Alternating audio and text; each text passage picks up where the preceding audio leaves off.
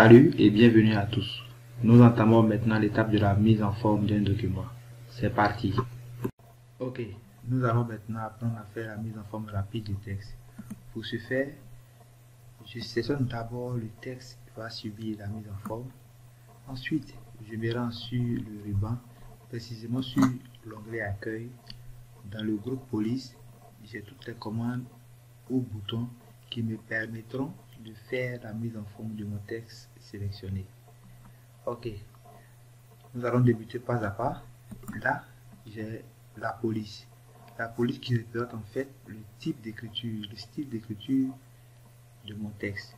Et là, j'ai la possibilité de changer le style d'écriture. Par exemple, je sélectionne Rocketwell qui est un style d'écriture. Lorsque je clique dessus, vous constatez avec moi que le style d'écriture du texte sélectionné a changé. Bien. Ensuite, nous avons la taille de police. La taille de police par défaut ici est 12. J'ai la possibilité de définir une autre taille, de choisir une autre valeur. Voilà, si par exemple je choisis la taille 72, vous voyez que automatiquement ma police est de très grande taille. Voilà, au fur et à mesure, je choisis ces différentes valeurs qui sont là. Je garde par exemple la valeur 16. Vous constatez avec moi que la taille de ma police, la taille de mon texte a changé. Bien. Ensuite, nous avons deux boutons qui permettent aussi de gérer la taille de la police. Nous avons le bouton augmenter la taille de la police et le bouton diminuer la taille de la police.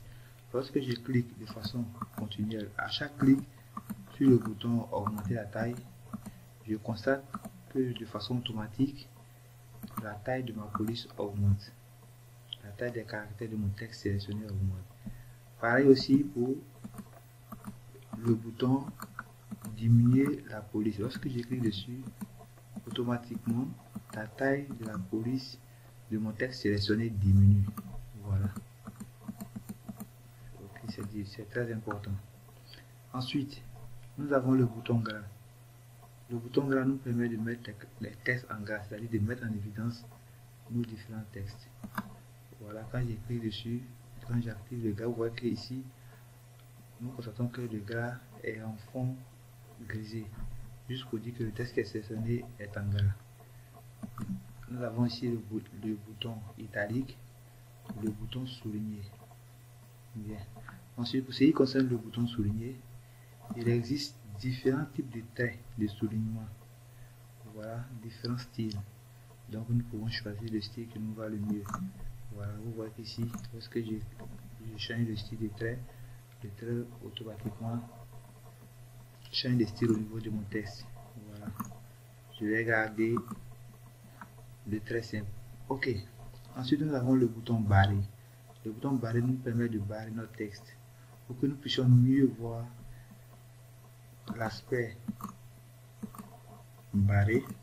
Je vais simplement désactiver l'option souligner. Très bien. Ensuite, je viens cliquer sur barrer.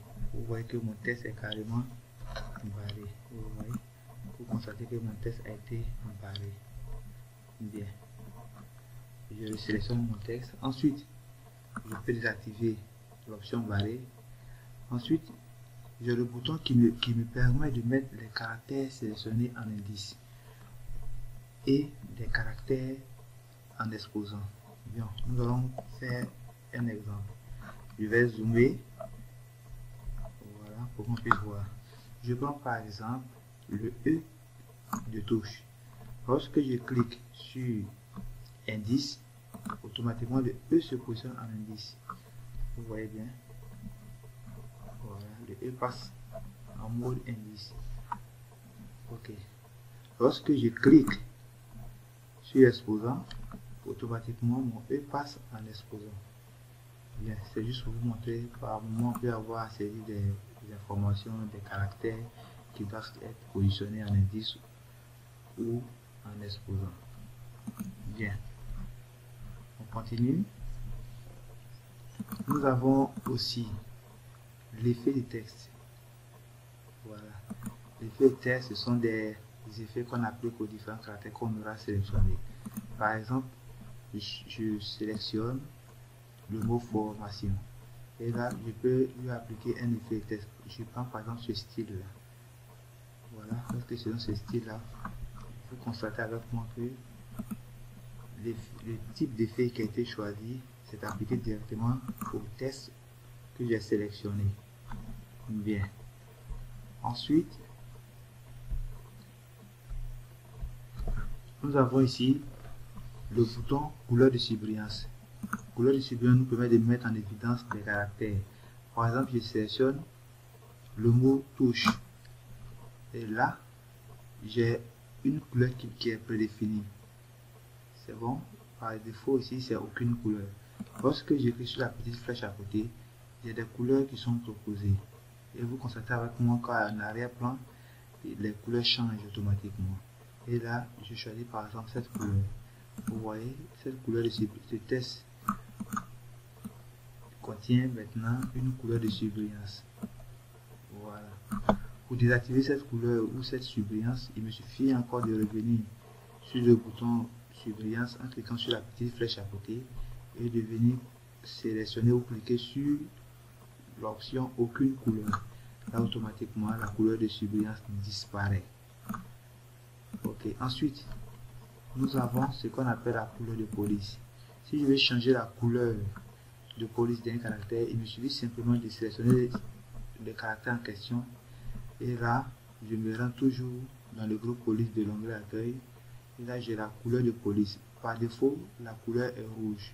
Lorsque je clique sur la petite flèche à côté, qui me donne d'autres options, d'autres types de couleurs, j'ai la possibilité en ce moment-là de choisir la couleur de police souhaitée. Je peux prendre par exemple l'orange par exemple. Ok, lorsque je prends l'orange, vous voyez automatiquement avec moi que la couleur du mot gratuite a été changée automatiquement. Bien. Nous avons aussi une commande qui nous permet de gérer la casse. La casse, c'est en fait la fonction qui nous permet de mettre soit le texte en majuscule ou en minuscule. Nous avons aussi la possibilité de définir soit la première lettre en majuscule ou en minuscule. Donc le fait de changer les caractères en majuscule ou en minuscule s'appelle casse. Bien. Ici, je sélectionne d'abord mon texte touche par exemple. Et là, je viens sur le bouton casse qui nous modifie la casse qui nous permet de gérer la manière d'écrire. Très bien. Et là, ici, vous voyez, j'ai par exemple l'option majuscule. Lorsque je clique dessus, automatiquement, le mot touche passe en majuscule. Bien.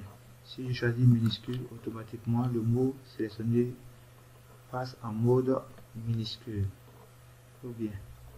Ensuite, pour finir, nous avons ce dernier bouton là. Ce dernier bouton qui s'appelle effacer la mise en forme ou toutes les mises en forme nous permet de supprimer toutes les mises en forme qui ont été appliquées au texte sélectionné.